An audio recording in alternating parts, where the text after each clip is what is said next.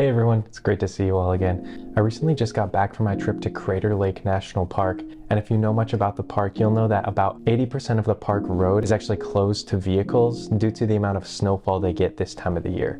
And actually the amount of snowfall they get this time of the year is the reason that I wanted to go. It creates such a unique way to see the park, and when I saw that the weather was supposed to be nice, I had to take the trip down there to see for myself. And when I got there, I was greeted with a glass-like lake with the reflections and no ripples, and a bright blue sky which actually really complemented the snow and created a beautiful mirror-like reflection on the lake. And while it was absolutely amazing to capture the lake like this and get a few photographs with the snow, Wizard Island, and just the entire lake itself, I really wanted to try something new and something that I've been thinking about for a while, and this is abstract photography.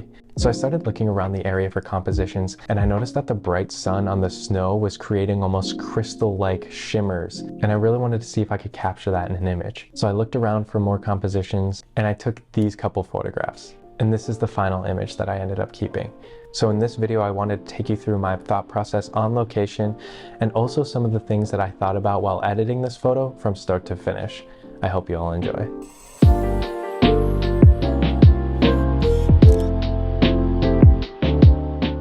So while on location, I knew I wanted to figure out something to implement the shine on the snow from the sun. So that would be my first step in trying to compose something, is figure out what you like about the scene and try to compose around that. If I had no idea what I wanted to shoot, I wouldn't get an image that I would have liked. The next thing I wanted to focus on is all the little shapes that were found in the snow. With a little dodging and burning, you can really bring out the depth and the patterns that were in the snow around the glistening crystals of snowflakes. For example, this is the final image that I came out with, and here is the raw photo. First of all, I knew while I was on location, I wanted this to be a 1:1 crop. It just felt like the most symmetrical, simplest crop for a pretty simple composition. As you can see, there's a whole bunch of different patterns in the snow, and there's also a whole bunch of different crystal-like reflections. They almost look like little diamonds in the snow, and that's really what I wanted to capture. So first of all, let's crop this into a 1:1. Maybe bring it in just a little bit. And just look at the top left here as you move around this crop to kind of find different patterns in the snow. And right here, actually, I kind of like that. With this almost hole right here, and then you can just see all of the little like crevices that almost feel like valleys in the snow. And again, we can really bring this out with some dodging and burning later on. But the first thing I want to do is I want to go down to the lens correction tab. So I want to enable the profile corrections and also remove chromatic aberration. So with just those, you can see what it's done. It removes the vignetting that the lens naturally puts on with the focal length, and it also just helps with the distortion and colors as well. It brightens it up a little bit. If we were to go back to the original crop, you can see that even more. So first, we're going to start with the basic edits here. We'll start with the white balance. You can see that this image is already a bit cool, but I also want it to be pretty cool because I want the feeling of the photo to portray what I felt in real life, and it was a little chilly out. So I don't want to warm this photo up. If you were in a snowy environment, you wouldn't want to feel warm like this, and this just looks a little bit different than what I want to. Maybe this is what you'd want, but for this image, I'm going for definitely a cooler tone, and I think Lightroom's automatic white balance did a pretty decent job already, although I might cool it down just a little bit more. Yeah, that looks pretty good. So let's move down to the exposure, and we're going to move that up just a little bit. It's a little bit dark. I wanted to make sure I preserved all the highlights and the whites, and then I'm going to add a bit of contrast. I'm going to take down the highlights here just a little bit. I might actually increase the highlights here a little bit and then bring down the shadows, which normally I would do the opposite, but again, I just want to exaggerate all the textures and the patterns that is found in the snow. I do want this image to sustain that depth of the little crevices and the valleys. So I do want to bring down those shadows. I'll bring up the whites a little bit, and I might bring down the blacks a little bit. Actually, yeah, just down the blacks a little bit. As far as texture and clarity, I want to bring out some of the immediate detail that you see on the little crystals. So I'll go up a little bit with the texture. I'll bring down the clarity because I don't want it to be too sharp. I also want this to feel like a soft, comfortable photograph. So bring down the clarity, bring down the dehaze just a little bit. Again, just soften it up a little bit, not that much. And then as far as vibrance and saturation, I might bring up the vibrance a little bit and then decrease the saturation a little bit. So now if we just look at what we did with the basic sliders, there's a before and after, before and after, and as you can see, we just lightened it up a little bit. We added a bit of contrast to the shadows and the highlights. Again, we're going to really bring those out more in Photoshop with some dodging and burning, but it's just to start with the tone curve. Don't want to do too much with the tone curve for this photo. Might bring up the highlights, make a tiny S-curve, but nothing too dramatic, and then bring up those blacks a little bit to soften it down. And then with the color mixer, again, there's not much that we need to do with the color mixer just because it's such a simple photo and doesn't have many colors other than blue tones in them. And I kind of like how it sets right now. I might go over a little bit, try to make those blues a little bit darker. There we go. Put the hue a little bit towards purple instead of blue. Yeah, and then I might just cool this photo down just a little bit more.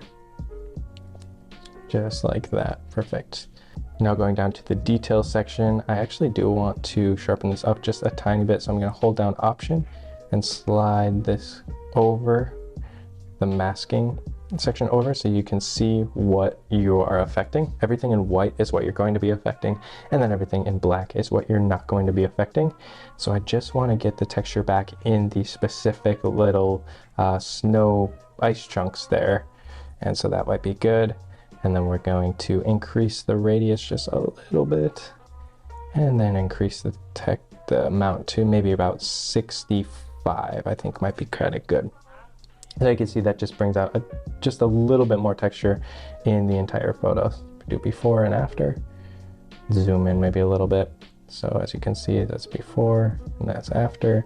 Before and after. Let's go up to the masking section. So as far as masks go, the most important mask for this photo, I'm thinking is going to be a vignette, and you could use the Lightroom's post-crop vignetting, but I've already made a video about it. Creating a custom vignette using a inverted radial gradient is such a powerful way to be able to customize and add more personality to your vignette. So if you want to go check that out, I'll have it linked up here. It's one of these sides, but other than that, let's get back to this photo. So let's create a radial gradient, make a pretty decent sized radial gradient, but I also don't want it too big because I want really the attraction to be to the middle of this photo. I'm just going to invert that radial gradient just like that, and that'll affect the outsides instead of the inside of the radial gradient.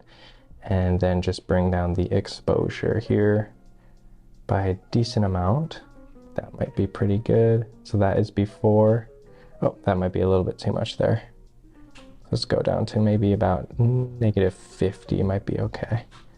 So there is the before and the after, before and after. And again, I might just feather it a little bit more here so we're not too intense on the vignette. But again, I just want to bring your attention to the middle of the photo, especially with how abstract this image is. I want to keep the viewer's attention in the photo as much as I can, and I don't want the eyes wandering to the edges of the photo. And then I'm going to actually duplicate that, and then I'm going to uninvert it essentially and brighten up the middle a little bit and increase the contrast just a little bit to bring back the detail in the middle of the photo. Just put a little bit of contrast in there, and so your eye really focuses on the middle of that photo there. As far as Lightroom editing goes, this is about as far as I'm going to take it into Lightroom, and the next and biggest step we're going to do is we're going to take it into Photoshop or into Lightroom, and we're going to dodge and burn. So let's go take this photo, we're going to edit in, right click, edit in, and Adobe Photoshop. So now hopping into Photoshop, this might look a little bit different from what you're used to. I did mirror the screen to my tablet, so I'm able to use my Apple Pen to draw the dodging and burning effect instead of having to use a trackpad. It just makes it a little bit easier. Let's create the effect. So what we're going to do is that we're going to create a new layer down here right by that trash can, create a new layer, and we will name this Dodge.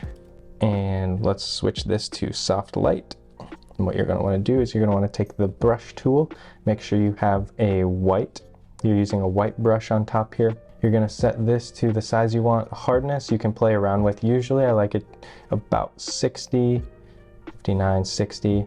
The opacity play around with, but between 5 and 10, sometimes even a little bit less, depending on how you like it. And then the flow to about 15. And this is just gonna really help us emphasize the contrast between the highlights and the shadows of the photo, or really just the brighter parts and the darker parts. That essentially is what dodging and burning is just brightening up the brightest parts and darkening down the darkest parts of your photo. Let's go in here and I'm just gonna draw a little bit. And as you can see, it's just simply lightening up, and it's so subtle, but it makes such a big difference here. And I might even increase the opacity just a little bit, maybe to 8. And I'm just gonna go over all the brightest parts or the white parts. And I'm going to dodge those. Here, just dodge these, basically break them up. And I'm just using just simple strokes, so I'm not overpowering anything. And it doesn't look like I'm actually doing much when you're just watching. But if you were to toggle this on and off, you can really see the difference that it makes. There is before and after, before and after. So we'll just keep brightening these up just a little bit. As you can see, I'm just kind of following where the light is hitting them already. I'm just trying to take the whitest parts up and I'll go back in and darken up these shadowy, maybe darker blue areas here. Just really creating depth to this otherwise very flat, simple photograph. So again, I'm just gonna go around. I'm gonna do this very quick for the sake of everybody's time. If you're only going to want to zoom into these parts and get that very, very specific for your photos. For now, I'll just do a quick dodge. So that is before and the after, before and after. And then I'm gonna create another layer mask and I'm gonna name this burn. And you wanna keep the same settings. You wanna switch this to soft light.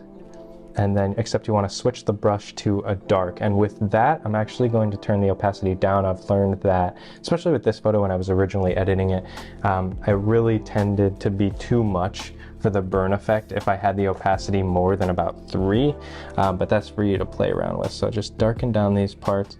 And you could use, if you'd like, you could really sample the color that you want here and use that color. I've just noticed that having a black brush works fairly decent for most situations. Some situations, for example, like a sunset or sunrise where you really want to bring out those colors instead of just a white, is a really good time to use the color picker effect in dodge and burn. I'm just finding the areas that I feel like are darker, and I want to really dodge or burn areas right next to each other. So most of the time I'm going to go through and dodge, and then second, when I go to burn, I'm going to try to remember where I dodged, and I'm going to burn the areas right next to it to really get that depth. Just go through. I'm really just following what looks darker on the screen. I'm just enhancing that darkness. Really good stuff. So here's before and after, before and after. Very, very, very subtle. Another reason I want to keep the opacity really low is so you don't overdo it right away. When you keep the opacity really low, you're able to go back and keep drawing on the same spot to emphasize that a little bit more. It just gives it that more natural look instead of just cranking the opacity and then just drawing on once. Just a little bit. And there you go. Again, you want to go through and take your time on your photos this time. Just predict both of these. And we highlight both of the dodge and the burn. You can see what the before and the after of both effects are. There is before and after, before and after. And again, I would go through and maybe brighten up more of some parts and darken down more of other parts, but you can really see that the depth of the photo is really, really brought out by just dodging and burning.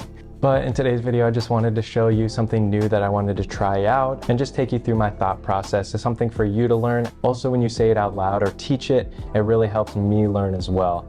So I hope you all enjoyed. Please subscribe to my weekly newsletter for weekly updates. Also, I have print sales on my website. And then for daily updates, please follow my Facebook page. But other than that, I hope you all enjoyed. Thank you so much for watching, and I'll see you in the next one.